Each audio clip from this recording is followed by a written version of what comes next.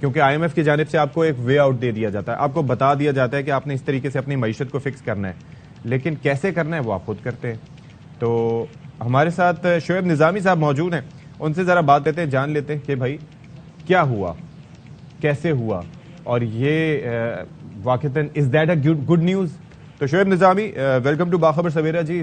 صبح آپ سے یہ خبر ہم جاننا چاہ رہے ہیں, کچھ تو میں نے بات کی, تو اب اسلام آباد میں کس طریقے سے اس خبر پر بات ہو رہی ہے, کیا تجزیہ دیا جا رہا ہے, is that a good news? جی, جو بات چیت ہوئی ان تقریباً 31 جنوری سے 9 فروری تک, اس میں ایک جو ہے بات لبے لباب آتی ہے کہ آئی ایم ایف پاکستان کو ڈیفالٹ کرانا نہیں چاہتا, اور اسی لیے پاکستان کے اوپر جو ہے وہ ایم ای ایف پی کا ایک ڈاکومنٹ یا شرائط نامہ بھیج دیا گیا ہے. اب پاکستان اس کے اوپر جو ہے پیشگی کچھ اقدامات کرے گا, جس کے بعد اسٹاف لیول جو ہے وہ ایگریمنٹ ہو سکے گا. لیکن ساتھ ساتھ اس میں جو شرائط نامہ ہے, اس میں ایک طویل فہرست ہے تمام کے تمام اقدامات کی, خاص طور پہ بجلی اور گیس مہنگی ہونے کے حوالے سے, جو پیٹرولیم لیوی ہے اس کے حوالے سے, جو ٹیکسز ہیں ان کے حوالے سے. تو کچھ اس میں اچھی خبریں ہیں جس میں یہ کہا جا سکتا ہے کہ جو پاکستان کے غریب طبقات ہیں ان کے اوپر جو سبسڈی ہے اس کے اوپر آئی ایم ایف مان گیا ہے, لیکن اس کے علاوہ جو مڈل کلاس ہے, لوور مڈل کلاس ہے اور اپر مڈل کلاس ہے, اس کے لیے جو مشکلات پیدا ہوں گی, کیونکہ جو پاکستان کا امیر طبقہ ہے وہ تو افورڈ کر سکتا ہے مہنگائی کو, لیکن جو پاکستان کی مڈل کلاس ہے ان کے لیے تمام کے تمام چیزیں مہنگی ہوں گی. جب بجلی مہنگی ہوگی, گیس مہنگی ہوگی اور ڈیزل مہنگا ہوگا, اس کے ساتھ ساتھ جب ٹیکسز بڑھیں گے اس کا بھی امپیکٹ آئے گا. تو عوام کے لیے جو کوئی اچھی خبر نہیں ہے اس کے اندر, لیکن پاکستان کے لیے ایک اچھی خبر ہے کہ پاکستان کو ڈیفالٹ ہونے کے خطرات جو ہیں وہ آہستہ آہستہ کم ہو رہے ہیں, اور امید ہے کہ اسٹاف لیول ایگریمنٹ جو ہے آئندہ 2 دنوں میں ہو جائے گا. یہ جو ہم بات کر رہے ہیں نا کہ ہم تو بیسکلی وہ کوئی سلور لائننگ ڈھونڈ رہے ہیں اس کے اینڈ پہ کہ ہاں there has to be one, but اگر پریسائزلی بات کریں تو وٹ وی ور اینٹیسپیٹنگ از کہ شاید جو ہے وہ یہاں پر سے منظوری ہو جائے گی, اس کے بعد جلد از جلد پیسے. لیکن ابھی انہوں نے کہا ہے کہ we'll carry on the virtual discussions, تو اس سے اندازہ یہ ہوتا ہے کہ دس thing will linger on, like they don't entirely trust us with their money. جی, چونکہ ہمارے ہاں جو ہے وہ مسلسل موجودہ حکومت نے ہی اس پروگرام کو روک دیا جو کہ مفتاح اسماعیل صاحب چلا رہے تھے, اور اس کے بعد جو ہے ہم اب اپنے جو ہمارا اعتماد ہے وہ کسی حد تک اس کو نقصان پہنچا ہے. اسی لیے آئی ایم ایف جو ہے وہ ایسا پروگرام چاہتا ہے جس کے اوپر کوئی بھی حکومت آ کے پابندی نہ لگائے, کیونکہ اس حکومت کا پتہ کچھ نہیں ہے. پاکستان میں سیاسی حالات جو ہیں وہ سب کے سامنے غیر یقینی صورتحال ہے, حکومت کب جائے گی, کب تک رکے گی, الیکشن کب ہوں گے, یہ تمام کے تمام وہ سوالات ہیں جو کہ آئی ایم ایف کے ذہن میں بھی ہیں, اور وہ اسی لیے اس پورے کے پورے پروگرام کو آنے والی حکومتوں سے بھی جو ہے وہ چلوانا چاہتے ہیں. اور وہ یہ بھی چاہتے ہیں کہ پاکستان میں جو اس وقت پروگرام ہے یہ باقاعدہ پارلیمنٹ سے منظور ہو, تو پارلیمنٹ میں جو ہے وہ اپوزیشن بھی بیٹھی ہوئی ہے, اور اس کو منظور کرانے کے لیے سینٹ میں خاص طور پہ بہت مشکل حالات کا سامنا کرنا پڑے گا حکومت کو, اور شاید آگے 14 ڈیز کے اندر تو یہ جو قانون سازی ہے وہ ہونی ہے. پھر اس کے بعد جو ہے وہ آئی ایم ایف کے جو پرائر ایکشنز ہیں ان پر بھی عمل درآمد کرنا ہے. تو یہ جو پاکستان جو ہے وہ آئی ایم ایف کے ساتھ اگلے 20 سے 25 دنوں کے اندر انگیج رہے گا. اس کے بعد جو ہے وہ مارچ میں جا کر جو ہے وہ ایگزیکٹو بورڈ ہماری کارکردگی کا جائزہ لے گا, اور اس کے بعد اس بات کا امکان ہے کہ ہمارے لیے 1.1 بلین ڈالر کی جو قسط ہے وہ جاری ہو سکے, اور وہ در کھلے گا تو باقی در بھی کھلیں گے. بہت شکریہ شعیب نظامی اسلام آباد سے ہمارے ساتھ موجود تھے. ہمیں انہوں نے آگاہ کیا کہ کس طریقے سے آئی ایم ایف ابھی کیا سوچ رہا ہے. تو خرم شہزاد صاحب ہمیں جوائن کر رہے ہیں, ماہر معاشیات ہیں, ان سے ذرا بات کر لیتے ہیں پاکستان کے حالات پر اور معاشی حالات پر اکثر اپنا تجزیہ ہمیں دیتے ہیں. خرم شہزاد صاحب, انیشیل ریئیکشن آپ کا کیا ہے جو جب آپ نے یہ ایگریمنٹ آپ کی نظر سے گزرا ہوگا, یہ جو ان کی جانب سے جو ایک اعلامیہ جاری ہوا واشنگٹن سے آئی ایم ایف کا, اس کو ذرا بتائیے کیا ہے اس میں؟ جی السلام علیکم اینڈ گڈ مارننگ. دیکھیں بات یہ ہے کہ موٹی موٹی چیزیں تو ہم سب کو اندازہ ہے کہ جو ہے کیا آئی ایم ایف چاہ رہا ہے اور کیا گورنمنٹ کو کرنا ہے. اس میں پرائسز کا پاس آن ہے جس کے اندر انرجی کی پرائسز ہیں, ڈیفینیٹلی گیس کی پرائسز ہو گئی, الیکٹریسٹی کی پرائسز ہو گئی, اور سیلز ٹیکس میں اضافہ ہے. یہ ایک بڑی چیز ہوگی کہ جو جنرل سیلز ٹیکس ہے اس میں بھی 1% اضافہ کیا جا رہا ہے, جو کہ بہت زیادہ انفلیشنری ہو سکتا ہے. جو ہم 17% دیتے ہیں, جی جو ہم 17% دیتے ہیں کوئی بھی پروڈکٹ خریدتے ہیں, خاص کر جو لوکل بنی ہوئی ہوتی ہیں, اس پہ 17% جی ایس ٹی دیتے ہیں, تو ایک عام آدمی بھی دیتا ہے اس پہ, تو وہ اس پہ 1% اضافے سے ڈائریکٹ کنزیومر پہ, ڈائریکٹ ایک عام آدمی پر اس کا امپیکٹ پڑتا ہے. پھر سیلز ٹیکس جو ہے پیٹرولیم مصنوعات پہ بھی لگانے کی بات ہو رہی ہے, اور اس میں بھی تقریباً اگر میں 17% سیلز ٹیکس یا 18% انفیکٹ اگر کر دوں پیٹرولیم مصنوعات پہ, یعنی کہ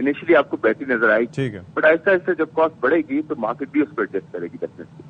ٹھیک ہے جی, تھینک یو سو مچ. خرم شہزاد صاحب ہمارے ساتھ موجود تھے, اور یہ جو تمام تر IMF حکام کی جانب سے بات کی گئی, انہوں نے کہا کہ پروٹیکشن آپ نے دینی ہے ان لوگوں کو جو کہ آلریڈی تباہی کے دہانے پہ ہیں, پرماننٹ ریونیوز آپ کو جنریٹ کرنے ہوں گے, پھر اور کافی چیزیں, فسکل ڈیفیسٹ جو ہے وہ اس کو کم کرنا ہوگا.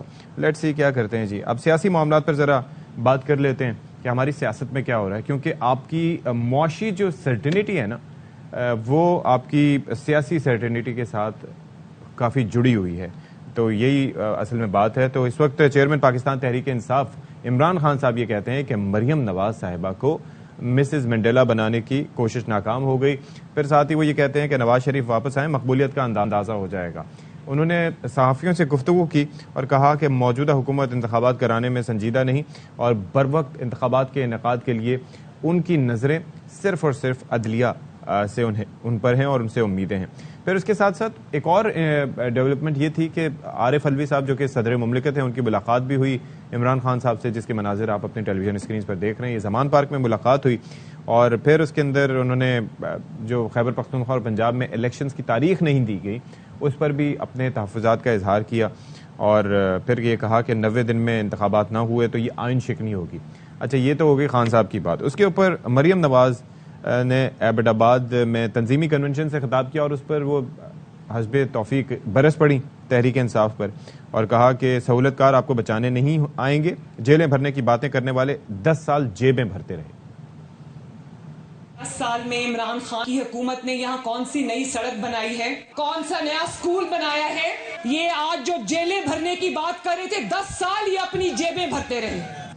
اچھا جی, تو اب تمام تر سیاسی صورتحال پر جو اس وقت ملک میں ہو رہا ہے اس میں بات کر لیتے ہیں. ہمارے ساتھ موجود ہیں چودھری غلام حسین صاحب, سینئر تجزیہ کار ہیں. اب very good morning to you Chaudhry صاحب, کیسے ہیں آپ, خیریت سے ہیں؟ جی جی,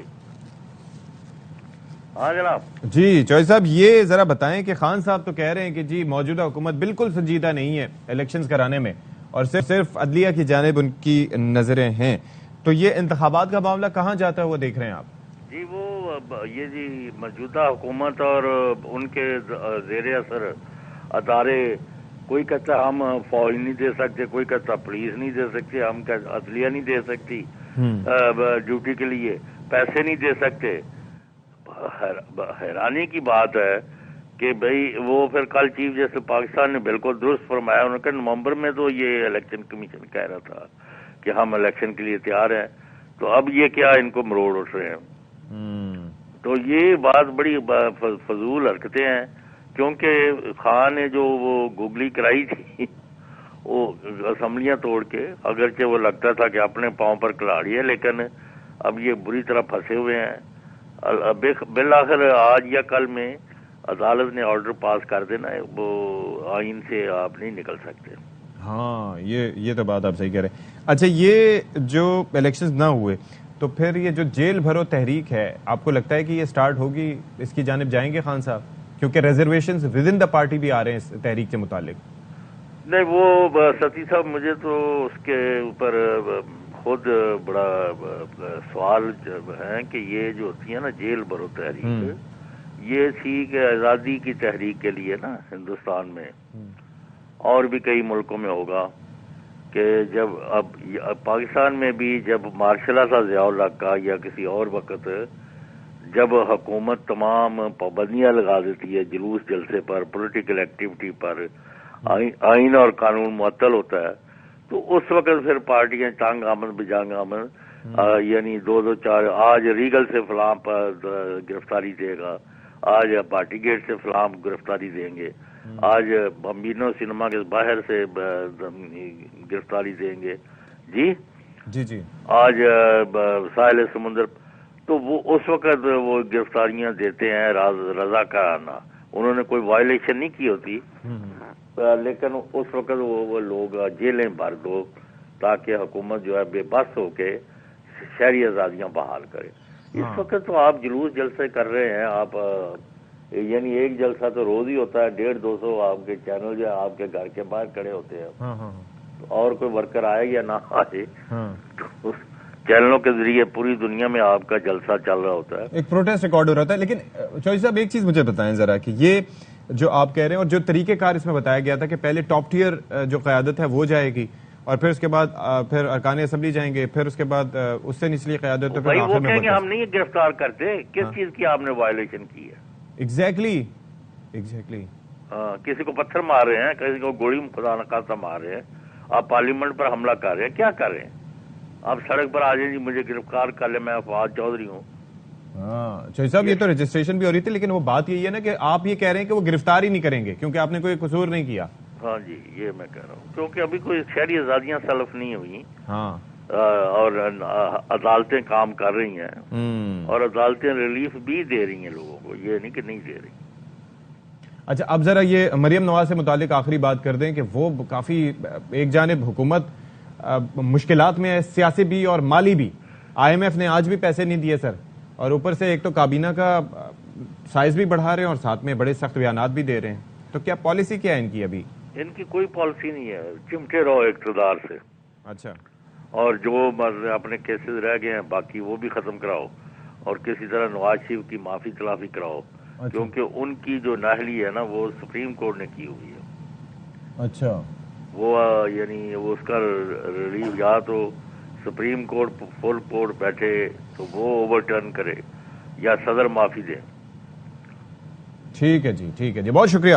چودھری غلام حسین صاحب ہمارے ساتھ موجود تھے, اور ظاہر ہے کہ اب یہ جو معاملہ ہے وہ کہتے ہیں گرفتاریوں کا معاملہ ہوتا دکھائی نہیں دے رہا, کیونکہ ظاہر ہے کہ وہ اگلے بھی سیانے ہیں, وہ کہیں گے کہ آپ نے قصور کیا کیا ہے کہ آپ کو گرفتار کرے, فور نو ریزن تو گرفتار کرنے سے رہے. اور پھر ود ان دا پارٹی بھی یہ بات اٹھ رہی تھی کہ اگر گرفتاریاں ہوں گی تو پھر اس سے کارکنان کو کنٹرول کون کرے گا, وہ تو خان صاحب کی طرف دیکھتے ہیں. تو چلیں جی ایک لے لیتے ہیں بریک کے بعد دوبارہ حاضر ہوں گے. Stay with us. آلرائٹ جی, بریک کے بعد ایک بار پھر سے آپ کا خیر مقدم کرتے ہیں. اور ہم اکثر اپنے پروگرام میں آپ کو بتاتے رہتے ہیں کہ جناب جو لوگ گوشت خور نہیں ہوتے یا جو لوگ گوشت افورڈ نہیں کر سکتے کھانا, کیونکہ مہنگائی جو ہے وہ ایک کے بعد ایک لیول عبور کرتی چلی جا رہی ہے. آپ یہ دیکھیے کہ بکرے کا گوشت پہنچ سے باہر, بیف وہ بھی تقریباً پہنچ سے باہر, اور اس کے بعد چکن جو ہے وہ بھی آپ دیکھ لیں کہ نئی بلندیوں کو چھو رہا ہے. یعنی کہ پاکستان کے جو عوام ہیں ان کی حالت زار نیچے کو جا رہی ہے اور مہنگائی کی انفلیشن اوپر کو جا رہی ہے, اور اس میں آگے بھی ریکارڈ بننے کی توقع ہے. ایسے میں ہم ان کو کیا کہتے ہیں, سجیسٹ کرتے ہیں کہ جی پروٹین تو آپ کو چاہیے, تو اس کے لیے مختلف سورسز آپ استعمال کر سکتے ہیں. پروٹین اور آئرن کے لیے آئرن چاہیے تو ساگ اور لیفی ویجیٹیبلز وغیرہ استعمال کر سکتے ہیں, اور اگر پروٹین چاہیے تو وہ دالوں میں بڑی وافر مقدار میں ہوتا ہے. اور آپ کہیں گے کہ جی دالیں بھی مہنگی ہیں, بھائی دالیں مہنگی ہیں, لیکن اس کے اندر اگر آپ 2 جگ پانی ڈال دیں تو پھر کافی حد تک چیزیں مینیج ہو سکتی ہیں. ٹھیک ہے, پتلی دال سے بھی گزارا کر سکتے ہیں. ظاہر ہے ہمارے پاس تو یہی آپشن ہے اور ہم آپ کو یہی سجیسٹ کر سکتے ہیں, باقی تو حکومت کو سوچنا چاہیے جو کہ وہ نہیں سوچ رہی. تو اس حوالے سے بھی ہم اپنے پروگرام میں بات کریں گے. اور درمیان میں آپ کو پتہ ہے کہ دالوں کی قیمتیں کیوں بڑھی تھی؟ وجہ یہ تھی کہ حکومت کا ایک بڑا زبردست جو اپنی طور پر انہوں نے عقل بندانہ فیصلہ کیا تھا کہ وہ ایل سیز کھولنے کے بالکل اجازت نہیں دے رہے تھے, یعنی کہ لیٹر آف کریڈٹ نہیں دے رہے تھے, جس کی وجہ سے کنٹینر جو ہے وہ سینکڑوں کی تعداد میں پھنسے رہے.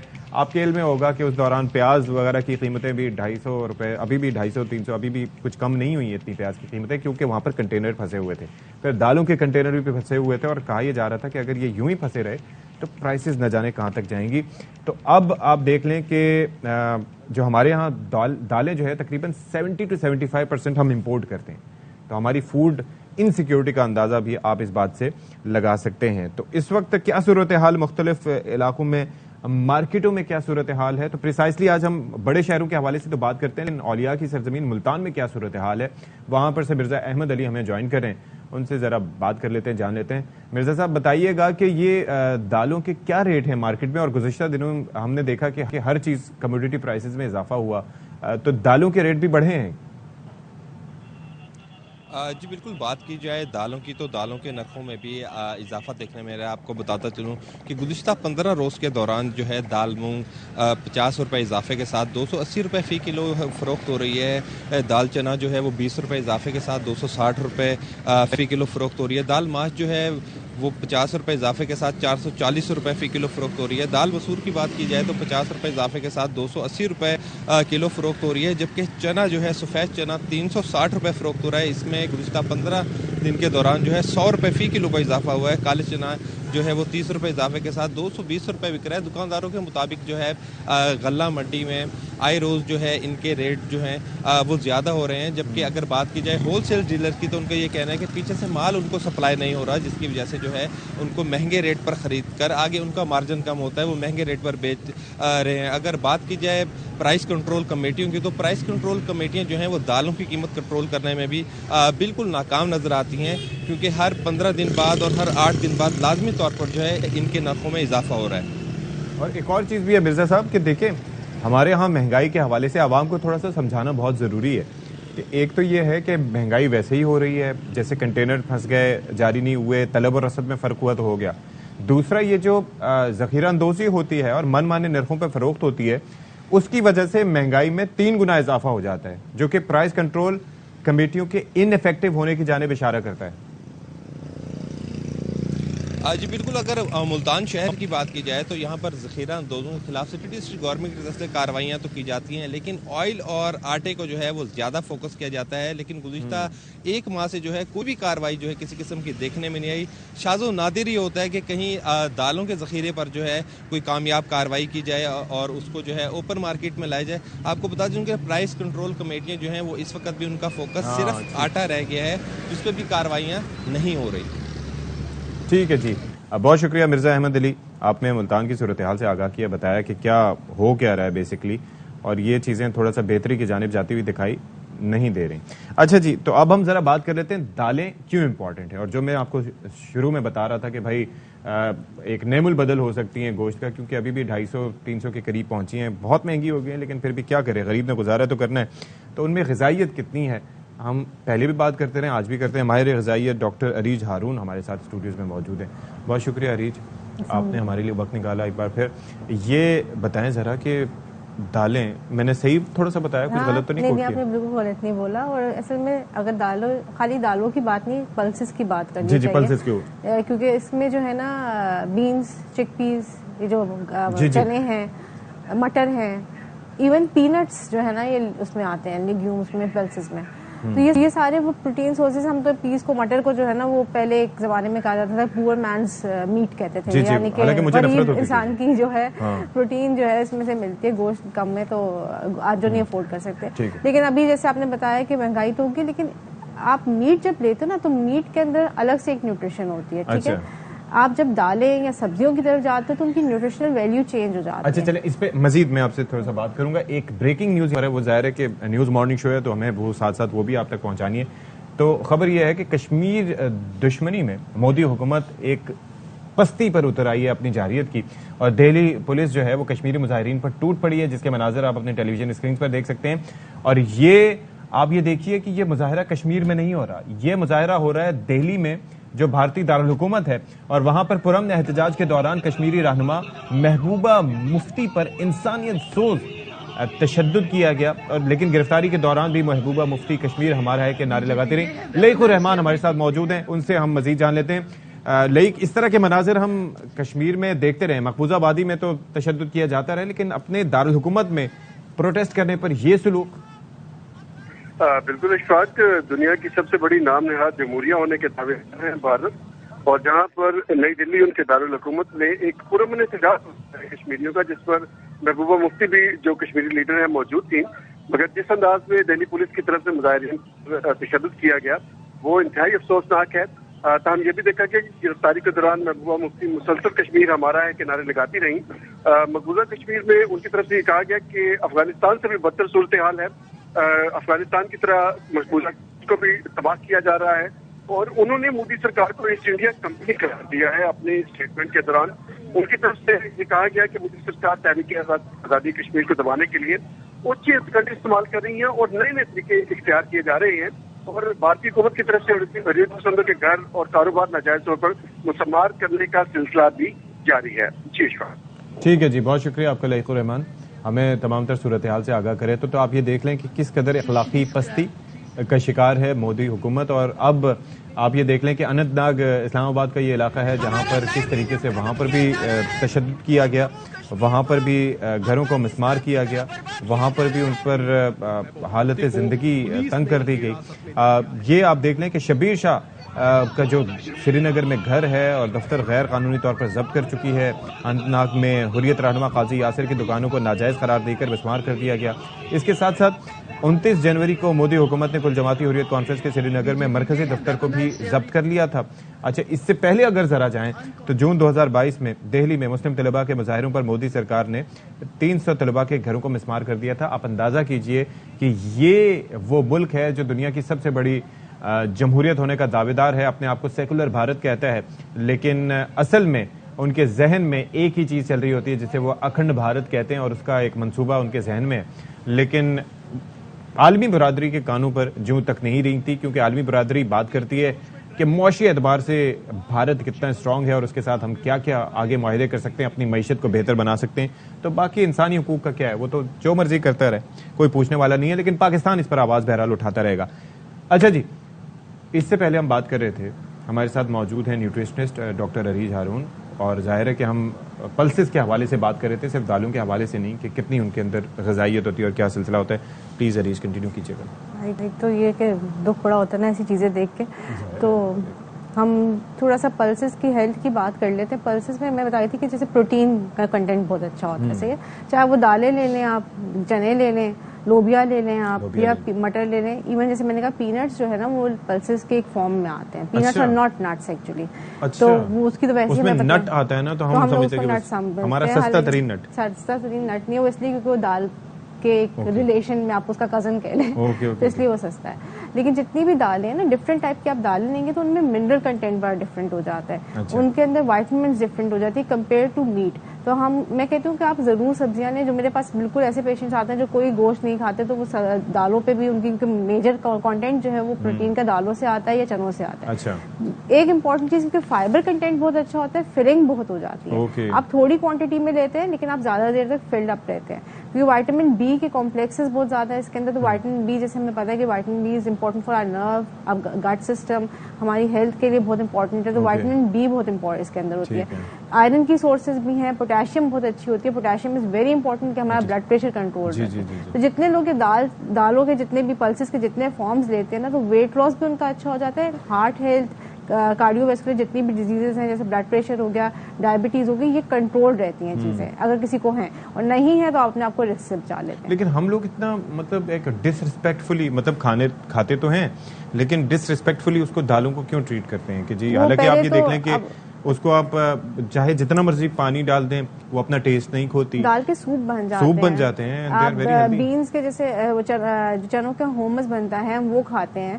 آپ چیزیں بالکل فارم میں لے سکتے ہیں. وہ پہلے کیونکہ سستی تھی تو ہمیں لگتا تھا کہ ہم اس کو اتنا لفٹ نہیں کراتے تھے, بٹ اب کیونکہ اب تو وہ بھی مہنگی ہو گئی ہیں, لیکن پھر بھی گوشت سے بہت بہتر ہے کیونکہ آپ کم کوانٹٹی میں اس کی زیادہ ڈش بنا سکتے ہیں, پھول جاتی ہے نا. اور جتنا آپ اچھا کوک کریں گے اتنا اچھے طریقے سے آپ اس کی نیوٹریشن یوز کرتے ہیں. کیونکہ اچھا اس کے اندر پھر ڈفرینٹ طریقے ظاہر ہے کہ ہم دیکھتے ہیں کہ یوز بھی ہوتے ہیں. کئی دفعہ خشک سوکھی وہ جیسے کہتے ہیں نا, سیلڈز میں یوز ہو جاتے ہیں. اگر آپ جیسے لوبیا ہے وہ آپ سیلڈز میں بنا کے لے سکتے ہیں, چنوں کے فارم میں لے سکتے ہیں.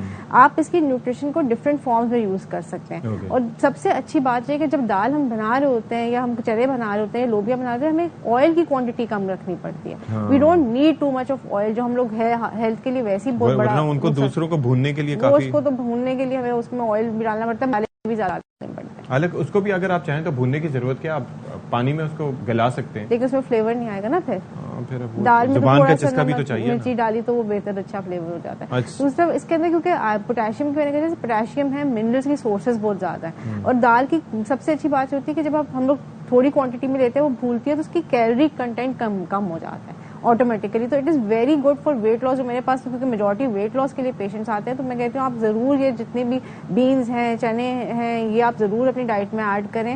ایک میل آپ کی یہ ہونی چاہیے, دن کی ایک میل. دوسرا کچھ دالیں جو ہیں وہ کہا جاتا ہے کہ وہ رات کے وقت, جیسے چنے کی دال کے حوالے سے کہا جاتا ہے, چنوں کے حوالے سے کہا جاتا ہے کہ وہ اس وجہ سے ان جتنے بھی یہ پلسز ہیں نا, ان کے جو بانڈز ہوتے ہیں کاربس کے, جو سٹارچ ہوتا ہے, اولیگوسیکٹائڈز ہوتے ہیں, وہ بیسیکلی بریک ڈاؤن نہیں ہوتے پراپرلی. تو وہ جب ڈائجسٹ نہیں ہوں گے تو اس کی وجہ سے آپ کی گٹ کو اوور ورک کرنا پڑتا ہے, بیکٹیریا پروڈیوس ہوتا ہے, تو گیسز ہوتے ہیں. تو کوشش یہ کرنی چاہیے کہ اس کو کوک فارم میں لیں, ہمیشہ اچھے طریقے سے پکی ہوئی ہو, گلی ہوئی دال ہونی چاہیے جسے پراپر سافٹ ہوئی ہوئی ہو.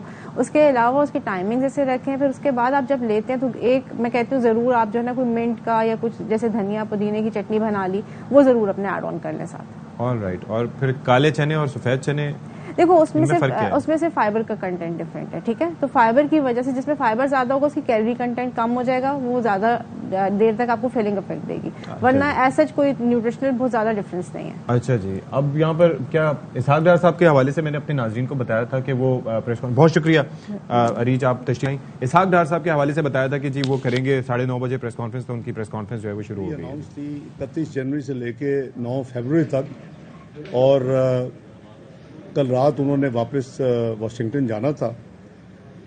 یہ ہم بیسیکلی میں آپ کو یاد دلا دوں کہ ہم پروگرام بات کر رہے ہیں 2019 کا, جو عمران خان حکومت نے ان سے معاہدہ کیا تھا اس کی امپلیمنٹیشن کا, جو اس قوم کے اوپر کل رات انہوں نے واپس واشنگٹن جانا تھا. یہ ہم بیسیکلی میں آپ کو یاد دلا دوں کہ ہم پروگرام بات کر رہے ہیں 2019 کا, جو عمران خان حکومت نے ان سے معاہدہ کیا تھا اس کی امپلیمنٹیشن کا, جو اس قوم کے اوپر جو ایک معاہدہ کیا گیا تھا اس کے بہاف پہ, اس کو ہم سوورن کمٹمنٹ کے طور پر یہ جو میاں شہباز شریف صاحب اور پی ڈی ایم کی جو حکومت ہے جو اس کو امپلیمنٹ کر رہی ہے, یہ ایک پرانا معاہدہ ہے جو چند دفعہ سسپینڈ ہوا, ڈیلے بھی ہوا, وہ ساری تفصیل میں نہیں جانا چاہتا. تو یہ بیک گراؤنڈ میں آپ ذرا مائنڈ میں ضرور رکھیں کہ کس نے یہ معاہدہ کیا تھا اور کب یہ معاہدہ ہوا تھا, اور جس کو ہم یہ جو حکومت ہے اور اس کی معاشی ٹیم ہے اس کو امپلیمنٹ کرنے کے لیے پوری تقدوت کے ساتھ لگے ہوئے ہیں, پوری کوشش کے ساتھ. کل ہمارے فائنل جو راؤنڈ تھا, آپ میڈیا نے رپورٹ بھی کیا, وہ اینڈ ہوا کہ جب ہمارے تمام جو معاملات ہیں جو طے پا گئے, اور آپ کو پتہ ہے کہ یہ 10 دن ایکسٹینسو ڈسکشنز تھیں, وہ پاور کے اوپر بھی تھیں, وہ گیس سیکٹر کے اوپر بھی تھی, وہ فسکل سائڈ پہ بھی تھی, وہ مانیٹری سائڈ پہ بھی تھی, اور اس میں ہمارے اسٹیٹ بینک کے گورنر بھی انوالو تھے, میرے اپنی جو پورے ساتھی ہیں ٹیم میں وہ بھی, اور دوسرے ڈویژنز بھی, پیٹرولیم, اپنا F B R, power sector, سب لوگوں نے اپنے اپنے جو ان کا حصے کا جو کمٹمنٹس اور فیوچر روڈ میپ تھا انہوں نے ڈسکس کیا, اور پھر ایونچولی جو فائنل ان کے کچھ پوائنٹس تھے یا ایشوز کہہ لیں, وہ کل ہمیں جب دوپہر میں ملے تو کل رات تک ہم نے ہر چیز کو میوچلی ایگری کر کے طے کر لیا. اس کے بعد ہم نے ایک کرٹسی زوم میٹنگ تھی, وہ ضروری تھی ہمیشہ جب یہ ٹیم آتی ہے, آپ کو یاد ہوگا ماضی میں بھی, تو ان کی ایک کرٹسی کال ہوتی ہے پرائم منسٹر کے اوپر جب سب چیز طے ہو جائے, تو وہ اس کا بھی کل ارینج کیا گیا, کیونکہ پرائم منسٹر اپنی کچھ وجوہات, اپنی جو ان کی کمٹمنٹس ہیں لاہور میں تھے, تو اس کے لیے پھر ہم نے زوم میٹنگ ارینج کی, جس میں ان کا مشن چیف اور کنٹری ریپ اور ہماری جو ٹیم ہے اکنامک ٹیم جو ہے, ہم سب نے زوم میٹنگ پرائم منسٹر کے ساتھ کی, اور وہ ریٹریٹ کیا گیا کہ جی جو چیزیں ہم نے ان کے ساتھ طے کی ہیں ان کی موجودگی میں وہ شیئر کی گئی. میں ابھی آپ سے بھی شیئر کر لوں گا جو براڈ چیزیں ہیں, جو براڈ کنٹورز ہیں سارے ریویو کا جو ہونا تھا اس کی جو آؤٹ کم ہے, تو وہ اسی لیے آپ نے دیکھا کہ پرائم منسٹر صاحب نے بھی کہا جی کہ ہم کمیٹڈ ہیں, ساورن کمٹمنٹس ہیں, ہماری ٹیم اور آپ کے ساتھ جو طے ہوا ہے ہم اس کو انشاءاللہ امپلیمنٹ کریں گے. آپ نے دیکھا کہ اسٹیٹمنٹ میں اس کا ذکر بھی ہے, انہوں نے یہ کہا کہ جی پرائم منسٹر کے کمٹمنٹ. تو یہ بیسیکلی ایک جو اسٹینڈرڈ پروسیجر ہے, آپ کو بھی پتہ ہے کہ جب یہ طے ہو جاتا ہے تو اس کے بعد پھر ایم ای ایف پی جو ہے وہ that is the next important stage, کہ آپ کو وہ جو ڈیٹیل ڈاکومنٹ ہے وہ ملتی ہے, اور پھر اس کے ساتھ آبویسلی ایک لیٹر آف انٹینٹ ہوتا ہے. تو وہ کل رات یہ طے ہو گیا تھا, پہلے یہ تھا کہ شاید وہ واپس جا کے دیں گے, لیکن کل ہم نے پرائم منسٹر کی میٹنگ سے پہلے ان کو یہ انسسٹ کیا کہ یہ آپ ہمیں ریلیز کر کے جائیں گے, تاکہ ہم اس کی آپ کے ٹریول کے دوران ویکینڈ پہ ہم اس کو اپنا ایک چیز کمپیئر کریں گے, تاکہ کوئی کسی قسم کی, اور یہ پھر میں کہہ رہا ہوں کہ یہ کوئی اب نارمل چیز نہیں ہے, یہ اسٹینڈرڈ پروسیجر ہے جو ہر پروگرام میں فالو ہوتا ہے. 13-16 کا 20-13-16 کا پروگرام چونکہ ہم نے کمپلیٹ کیا تھا one and only time Pakistan کی تاریخ میں, تو مجھے ایک ریویو یاد ہے. آپ کو یاد ہے سیکورٹی ریزن یہ پھر پاکستانی آتے تھے, ہم دبئی میں ریویو کرتے تھے. تو وہ بھی میں آپ کو کنفرم کر رہا ہوں کہ MEFP جو ہے وہ ہمیں ڈرافٹ آج صبح 9 بجے مل گیا ایز پر دیئر کمٹمنٹ. وہ بھی ہمارے پاس موجود ہے. ہم اس کو انشاءاللہ کمپلیٹلی گو تھرو کریں گے اور ویکینڈ کے اوپر, اور پھر منڈے کو ان کے ساتھ ہماری obviously ورچوئل میٹنگ ہوگی اور پھر ہم اس کو آگے لے کے چلیں گے. Takes obviously few days. تو لیکن وہ ایک اور جو میجر آئٹم تھی وہ بھی ہم نے وصول کر لی ہے. جہاں تک اس پروگرام کا تعلق ہے یا جو اس کی جو آؤٹ کم ہے, میں سمجھتا ہوں کہ کچھ ایسے سیکٹرز ہیں جو کہ پاکستان کے انٹرسٹ میں ہیں کہ ہم ان کو ریفارم کریں. ہم یہ افورڈ نہیں کر سکتے کہ اگر ہم بلیڈ کرتے رہیں گے یہ اکانومی بلیڈ کرتی رہے گی, کیونکہ ہم نے اس کو اس پوائنٹ پہ لا کے کھڑا کر دیا پچھلے 5 سال میں کہ 24ویں معیشت سے 47 بنا دیا, اور قرضے تھے 70% بڑھا دیے ہیں, جو ڈیٹ سروسنگ تھی وہ اپنے ناکام پالیسی کی وجہ سے مہنگائی کا طوفان کھڑا کر دیا ہے, اس کی وجہ سے پالیسی ریٹ آسمان پہ لے گئے ہیں, اور 1750 بلین جو ڈیٹ سروسنگ ہے اس کو 5000 ارب کے قریب پہنچا دیا.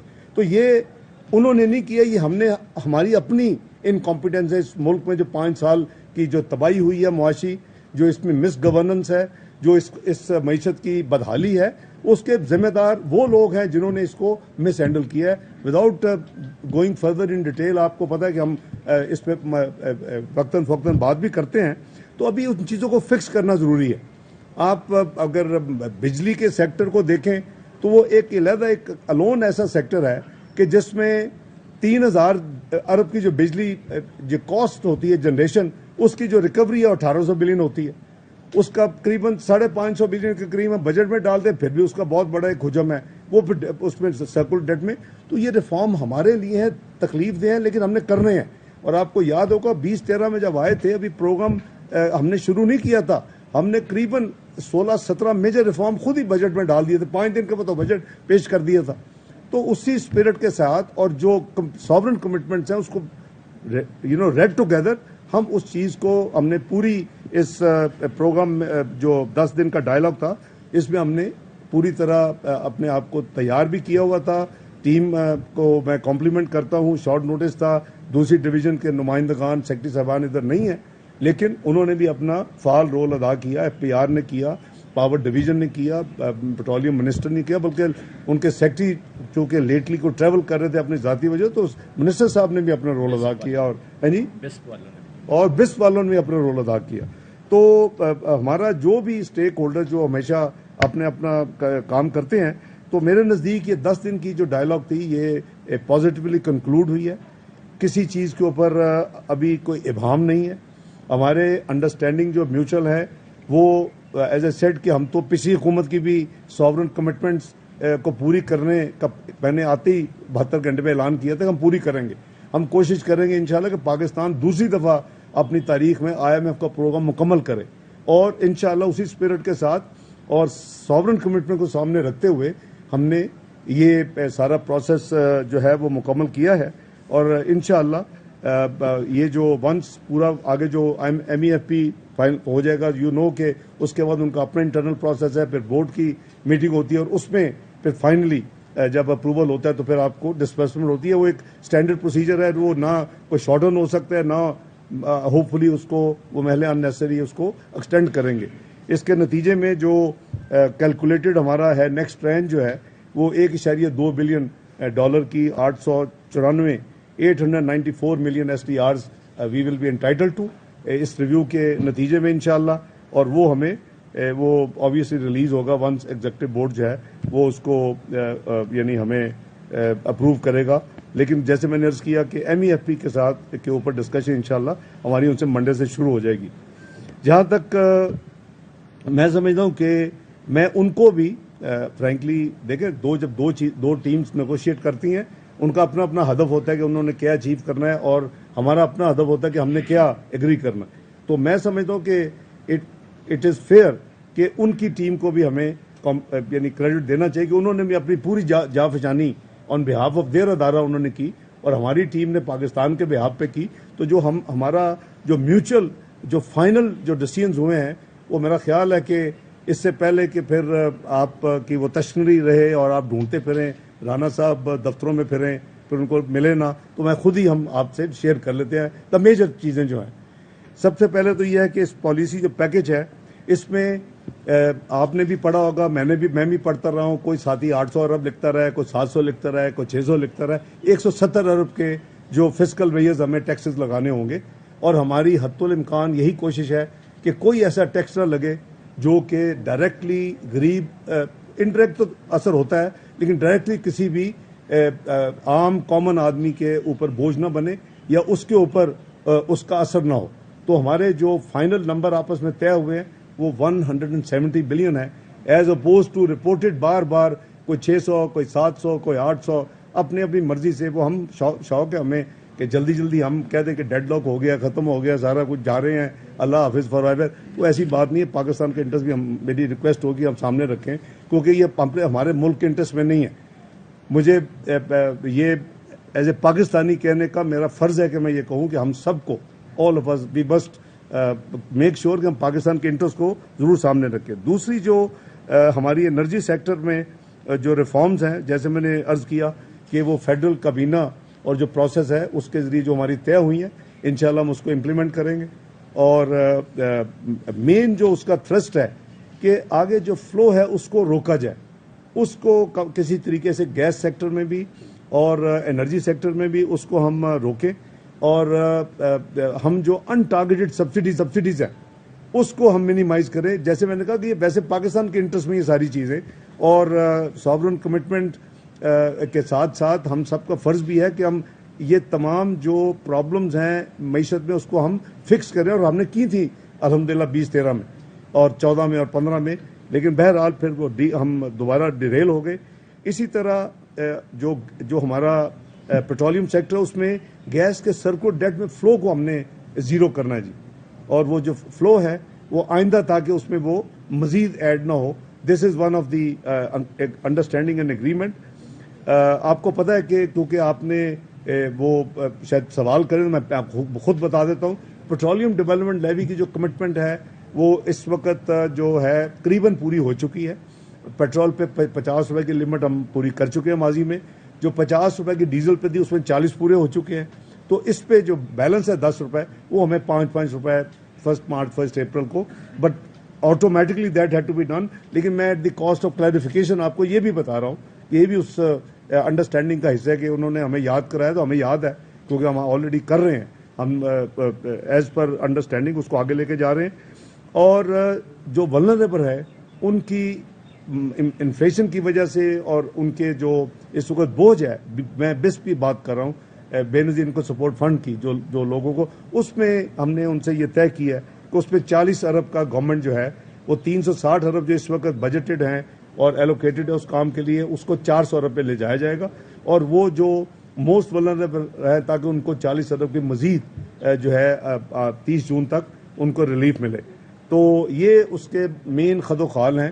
اور جیسے میں نے عرض کیا کہ گڈ نیوز از کہ جو ایز پر دیئر کمٹمنٹ آج ٹیم جا چکی ہے. جو ان کا پلان تھا، اوریجنل پلان تھا، انہوں نے اناؤنس کیا تھا، وہ ارلی مارننگ ان کی فلائٹ تھی، لیکن انہوں نے ہمیں ایز پر کمٹمنٹ 9 بجے ہمیں جو تھا وہ ہمیں MEFP مل چکا ہے اور وہ ڈرافٹ ہمارے پاس ہے. ہم انشاءاللہ as per detail discussions and جو ہماری اب تک سارا ریکارڈ ہے وہ ہم اس کو اسٹڈی کریں گے اور منڈے سے پھر ان سے ورچوئل کریں گے. ویکینڈ ہمارے پاس. سر پاور ٹیرف پہ ایک تو بات کریں، ووٹ کتنا انکریز ہونا ہے اور پریسائزلی پرائر ایکشنز کتنے جو آپ نے اس اسٹاف لیول ایگریمنٹ سے پہلے؟ دیکھیں یہ قریباً پرائر ایکشن ہی جو میں نے گنوائے ہیں. ظاہر ہے کہ اگر 170 کے لانے تو ہمیں ایک منی فائنانس آرڈیننس لانا پڑے گا یا بل لانا پڑے گا. جو بھی سچویشن ہوگی، ابھی ہاؤسز ان سیشن ہے، اگر اس میں ہوا تو بل پیش کر دیں گے، اگر دونوں ہاؤسز سیشن میں تو آرڈیننس کر لیں گے وہ ایز پر. لیکن اس کو ان چیزوں پہ جو میں نے گنوائی ہیں عمل آبویسلی کرنا پڑے گا اور ہمیشہ ہوتا ہے. تو اس لیے اس میں تو کوئی ایمبیگوٹی نہیں ہے. جہاں تک آپ کا ریٹ کی بات ہے، وہ آبویسلی سارے کا سارا جو ان بجٹڈ سبسڈی ہے وہ ساری کی ساری پاس ہو ہی نہیں سکتی. ہمارا میجر ایک یہ پرابلم ہے، جیسے میں نے عرض کیا کہ 2-3 ہزار ارب کی بجلی ہم کاسٹ ہے ہماری آج ملک میں، اور 1800 ارب ریکور ہوتا ہے، اور 550 بجٹ میں، اور 650 ارب جو ہے وہ اس کو کہیں نہ کہیں جا کے کہیں اپنی پارک ہونا ہے، یا وہ اس میں سرکولر ڈیٹ میں چلا جانا ہے، یا وہ کہیں فسکل ڈیفیسٹ کچھ نہ کچھ ہونا ہے اس کا جو کہ نیگیٹو امپیکٹ ہے، لیکن وہ سارے کا سارا نہیں ہے کہ وہ سارے کا سارا ٹیرف میں انکریز نہیں ہو رہا جو ایک دفعہ آپ نے شاید ایک اکیڈیمک ہم نے کی تھی، وہ نہیں ہے. تو it will be they are working out everything as per plan. ہمارے نمبرز ان سے طے شدہ ہیں. Process obviously will be followed, ECC cabinet etcetera. اور جو فائنانس بل ہے وہ بھی ایک دفعہ ہماری انیشیل ڈسکشن ہو جائے اس کے بعد ہم اس کی بھی تیاری ہو، ایک at a time, one at a time. Assembly میں ابھی تو اجلاس تو ملتوی ہو گیا جی وہ جہاں بھی دو طریقے ہوتے ہیں. ایک آپ آڈینس کر دیتے ہیں جو اسمبلی اور صحیح اس میں پیش کر دیتے ہیں، دونوں ہاؤس بلائے جا سکتے ہیں. دوسرا یہ ہے کہ اگر اپنا پہلے بلا کے دے وہ ہم جو بھی فیصلہ حکومت کرے گی پرائم منسٹر کی اپنا گائیڈنس میں اس کو عمل کیا جائے گا، لیکن اس میں کوئی دقت نہیں ہے. فارغ ریزرو جو ہیں وہ 2.7 بلین رہ گئے سر، بہت ہی الارمنگ پوزیشن ہے. اس پہ آپ نے کوئی اب آپ کو کہیں سے اماؤنٹ ملنے کا ہے مجھے بتائیں کہ تو ایک مہینے کی بھی ہمارے پاس. دیکھیں آپ کے یہ جو فرینڈلی کنٹریز کی کمٹمنٹس ہیں انشاءاللہ وہ پوری ہوں گی. فارکس ریزرو آئیں گے، کوئی فکر والی بات نہیں ہے. اس ملک نے $414 ملین سے بھی گزارا کیا ہوا ہے ایٹمی پابندیوں کے بعد. جس وقت $9 بلین کی امپورٹس تھی تو وہ اللہ کے فضل سے 7-8 مہینے میں 2.4 بلین پہ ریزرو چلے گئے تھے، اور 2 بلین کی لائبلٹیز بھی اس وقت 414 کے ساتھ تھی، وہ بھی پے ہوئی تھی. Please keep the track record, don't be disheartened. کوئی ایسی بات نہیں ہے. تو ہم اسٹیٹ بینک مینج کر رہا ہے. منسٹری آف فائنانس اس کو جو ایڈوائس ہوتی ہے دیتی ہے. آپ نے دیکھا کہ انہوں نے امپورٹس کو بھی پرائرٹائز کیا، انہوں نے تو ہر چیز جو ہے وہ ہوگی. لیکن کچھ فرینڈلی کنٹریز کی کمٹمنٹس ہیں، کچھ ہم نے پیمنٹس کی ہیں جو نارملی فوری طور کے اوپر رول اوور ہو جاتی ہیں. دیکھیں مجھے کوئی کنٹری کا نام بتا دیں آپ میں سے کوئی کہ جس کا اپنے فسکل ایئر میں اوپننگ ڈیٹ سٹاک جو ہے وہ زیادہ ہے کلوزنگ سے، جس کا مطلب ہے کہ ہر پیمنٹ جو کرتا ہے کنٹری اپنی ایکسٹرنل ڈیٹ کی وہ یا تو رول اوور ہوتی ہے یا رینیو ہوتی ہے چند ہفتوں میں پے کر کے یا مہینوں میں، اور پھر واپس آ جاتی ہے، یا پھر نیا لینڈر دیتا ہے پرانے کو دیتے. تو سٹاک تو بننا تو نیچے جانا چاہیے. تو ہم نے بھی اس طرح کی بڑی پیمنٹس کی ہیں. ہم نے قریباً 2 بلین ایک یعنی کنٹری کو ہم نے واپس کیے ہیں اس دوران. ہم نے ایک اور کنٹری کو ان کے بینکوں کو 1 بلین ان کو ہم نے واپس کیا. تو یہ اب ایک تو پروگرام انشاءاللہ فائنلائز ہو جائے گا تو وہ نارمل سارے پیسے واپس آنے چاہیے. رینیو ہماری negotiation in the pipe line ہے. میرا خیال ہے کہ اس کا شاید کافی کوئی انتظار تھا. ایک دفعہ یہ ہو گیا چونکہ لوگوں کو کلیئر نہیں تھے کہ کدھر پاکستان جا رہا ہے، تو ہم نے وہ فائنلائز کر لیا. جو پازیٹیوٹی کی آپ بات کر رہے ہیں وہ IMF کی جو پریس اسٹیٹمنٹ ہے اس میں فلو نہیں اس کا وہ نظر آ رہا ہے. وہ نہ تو اس دفعہ انہوں نے سکسیسفل کا لفظ استعمال کیا ہے، اور انہوں نے پرائم منسٹر کی کمٹمنٹ کا ذکر فرمایا ہے، فائنانس منسٹری کی کمٹمنٹ کا ذکر انہوں نے نہیں کیا. Does it matter? Do I care?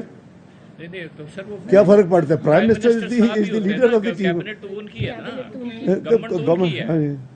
میں نے اس سے ان چیزوں میں رانا صاحب نہ ہی پڑھتا ہوں. اچھا بتائیں آپ. جی اس میں ایک ایشو پاکستان کو فیس کرنا پڑا وہ تھا ٹرسٹ جی، اس کی پروبیبلی وہ اس کو پرائم منسٹر کا مینشن کر کے کیا یہ وجہ ہے کہ وہ PM سے یہ تو ان سے پوچھیں نا آپ. گو اینڈ آسک دی سوال. تو پرائم منسٹر کی ہوتی ہے نا، دیکھیں تو پرائم منسٹر کی ہے. سیکنڈ جو آپ نے فرمایا جو ان کی ٹیرف کا ہے ان کی تو پوزیشن کلیئر دینا کہ جو آپ نے ہم سے کمٹ کیا تھا ہم 0 فلو کریں گے اس فسکل ایئر، تو وہ 0 نہیں، وہ 252 کا پلان ہے کہ باقی اس میں سے سبسڈیز وغیرہ جو بھی تھا. تو ایکچولی ٹیرف اب انکریز کتنا ہوگا؟ یہ نمبرز آپ کو شیئر کر دیں گے ان ڈیو کورس.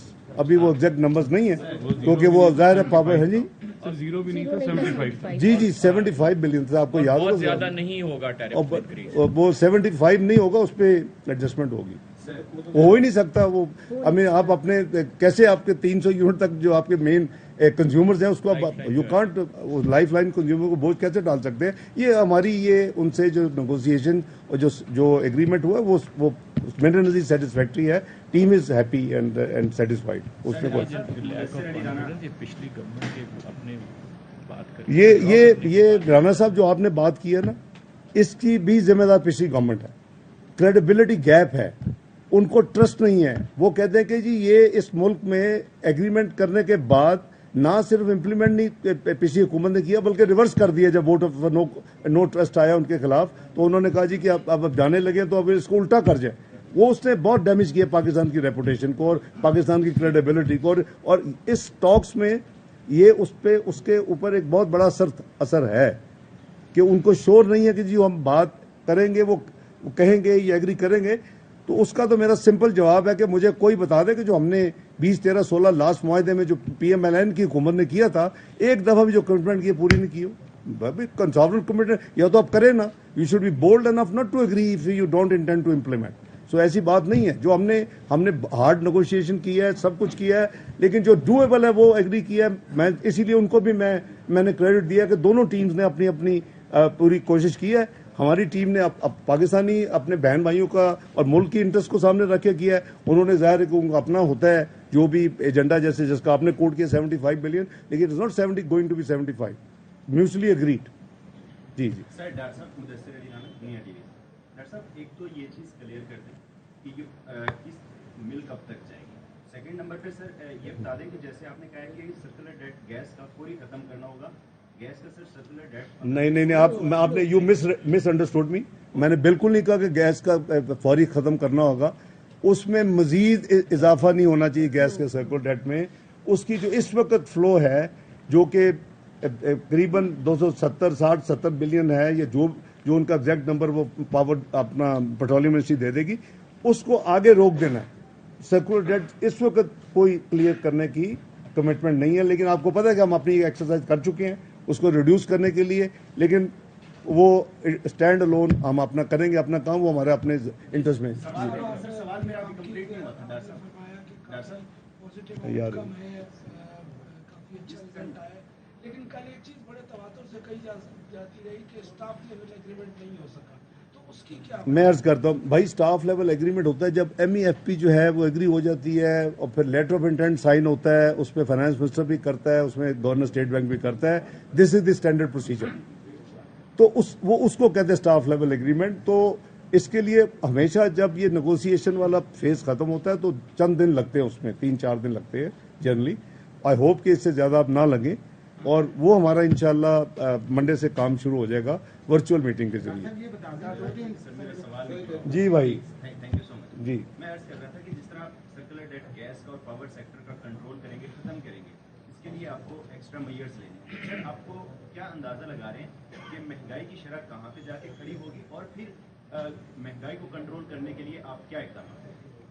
جی, اس کو میرا خیال ہے اپروپریٹ وقت پہ, ابھی تو یہ رات ختم کیا ہے, صبح 3-4 بجے فارغ ہوئے ہیں, تو میرا خیال ہے ہمیں ٹائم دیں, ہم وہ کیلکولیٹ کر کے بتائیں گے. آپ کے پاس بڑے ایکسپرٹ بیٹھے ہوئے ہیں جو کیلکولیٹ کر کے بتا دیں گے. ہاں جی, فائنینسنگ کے اوپر کیا ٹارگیٹس ہیں ہمارے؟ ہے جی, فائنینسنگ کے اوپر آئی ایم ایف سے کیا معاملات طے ہوئے, اور دوسرا کہ سر جو ہمارا نجکاری پلان ہے اس کے اوپر کیا بات چیت ہو رہی ہے, اور کیا ہم آنے والے وقتوں میں جو حویلی بہادر شاہ اور بلوکی ہے ان کی پرائیویٹائزیشن جی,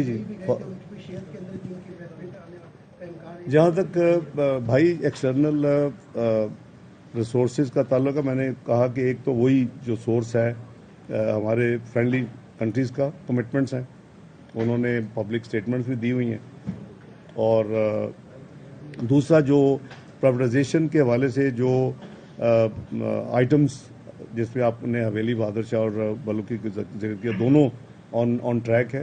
اس کے اوپر بلکہ پچھلے 2-3 دن میں بھی 1-2 میٹنگز پرائم منسٹر نے بھی کی ہیں, اور یہ ظاہر ہے کہ اب ہم نیگوسیشنز کے پروسیس میں ہیں. کب فائنلائز ہوگا وہ تو میں پریڈکٹ نہیں کر سکتا, لیکن اس کے علاوہ جو میں نے ابھی آپ کو کہا کہ کچھ پیمنٹس ہم نے ایسی کی ہے جو کہ نارمل حالات میں واپس اف ناٹ امیڈیٹلی رینیو ہوتی ہیں تو چند 2-3-4 ہفتوں میں واپس آتی ہیں. وہ بھی ایک اماؤنٹ ہے جو کہ اس پروسیس میں کافی کیومولیٹ ہو گیا ہے, اور ہمارا پروسیس چل رہا ہے ان بینکوں کے ساتھ, تو وہ بھی اماؤنٹس واپس آئیں گے انشاءاللہ. تو یہ ہمارا جو ایکسٹرنل کو گیپ جو ہے اس کو ہم بالکل فل کر لیں گے. ایک تو یہ کہ جو جی ایس ٹی کا معاملہ تھا, ریٹ بڑھانے کی بات ہو رہی تھی یا پیٹرولیم کے اوپر لگانے کی بات ہو رہی تھی, اس پہ کیا ڈیسیژن ہوا ہے؟ دوسرا جو نیب سمیت جو اینٹی کرپشن کے ادارے ہیں ان کی ریسٹرکچرنگ کے اوپر آئی ایم ایف کے ساتھ کمٹمنٹ تھی؟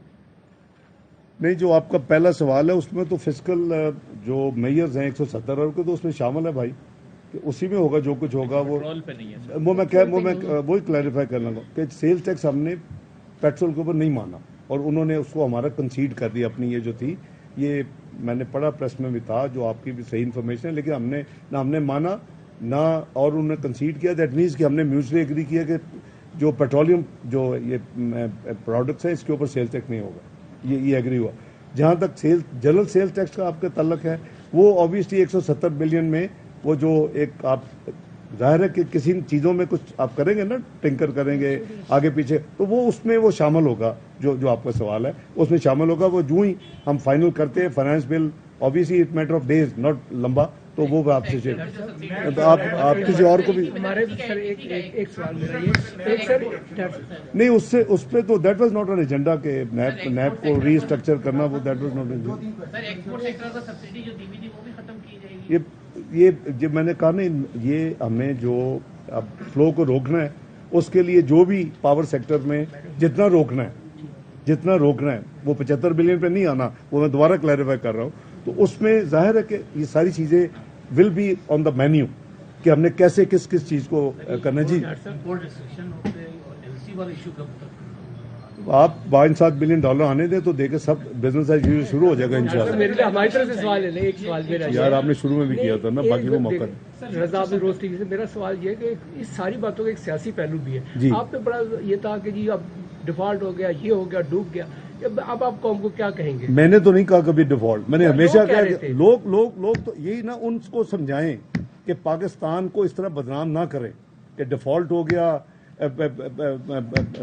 جو ہے پارلیز ختم ہو گئے ہم ڈوب گئے. بھائی اگر آپ کا پرائم منسٹر جا کے کہے گا دوسرے ملکوں میں جو کہ کہا کرتا تھا کہ جی ہم ڈیٹ ٹریپ میں ہیں ہم کرپٹ کنٹری ہیں اور ساتھ کہتا تھا کہ انویسٹمنٹ کرے کو بیوقوفی آگے انویسٹمنٹ کرے گا آپ کے ملک میں. تو ہمیں اپنے ہر بندے کو اپنے ملک کے انٹرسٹ بھی رکھنا چاہیے کہ میں تھوڑا سا فلیگ تو ہو جائے گی میری اسٹیٹمنٹ لیکن اس کا ملک کے اوپر کتنا برا اثر پڑے گا. کتنے ملک جو کہتے ہیں جی ہمارا 100% سے اوپر چلا گیا ہے debt to public debt to GDP ہم مر گئے ہیں. امریکہ کہتا ہے یورپ کہتا ہے جاپان کہتا ہے ہمیں بڑا شوق ہے ہم 73% ہیں. ہم ہر روز یہ میک شور کرتے ہیں کہ ہم ایسی چیزیں کہیں یہ اچھی بات نہیں ہے ملک کے انٹرسٹ میں نہیں. جی 170 ارب کا جو ٹیکس کا فرما رہے ہیں یہ ہم نے 4.5 ماہ میں 170 امپیکٹ ہے یا یہ اینولائز 170 ہے؟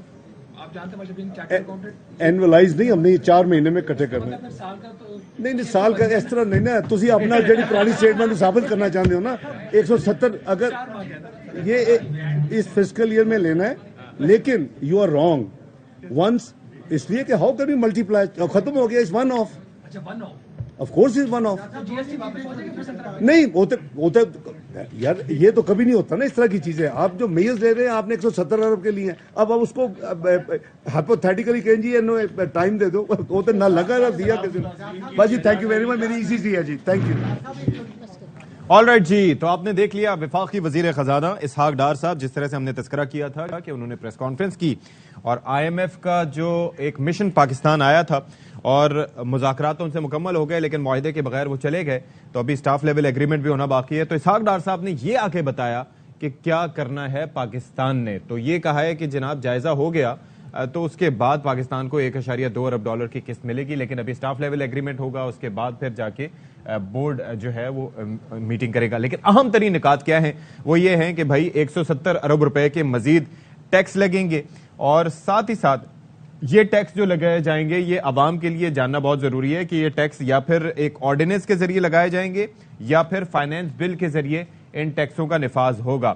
پھر ساتھ ہی کہا کہ کچھ سبسڈی کے حوالے سے بھی بات کر رہے ہیں کہ وہ بھی کریں گے. پھر اس کے بعد جناب سیلز ٹیکس کے حوالے سے انہوں نے کہا کہ IMF ٹیم نے یہ ایکسیپٹ کیا کہ ہم سیلز ٹیکس نہیں کریں گے لیکن GST کے حوالے سے انہوں نے بات کی. پھر نیب کی ری اسٹرکچرنگ کے حوالے سے انہوں نے کہا کہ وہ اس ایجنڈے میں شامل نہیں تھا. تو یہ کچھ نکات ہیں جن پر ہم اسحاق ڈار صاحب نے جو بیان کیے اس میں سے کچھ میں نے آپ سے شیئر کیے.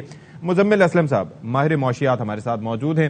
مزمل صاحب آپ نے پریس کانفرنس اگر سنی ہو اسحاق ڈار صاحب کی مکمل تو کیا آپ کیسے سم اپ کریں گے؟ مزید مہنگائی کا طوفان یا کچھ اس میں سلور لائننگ بھی ہے؟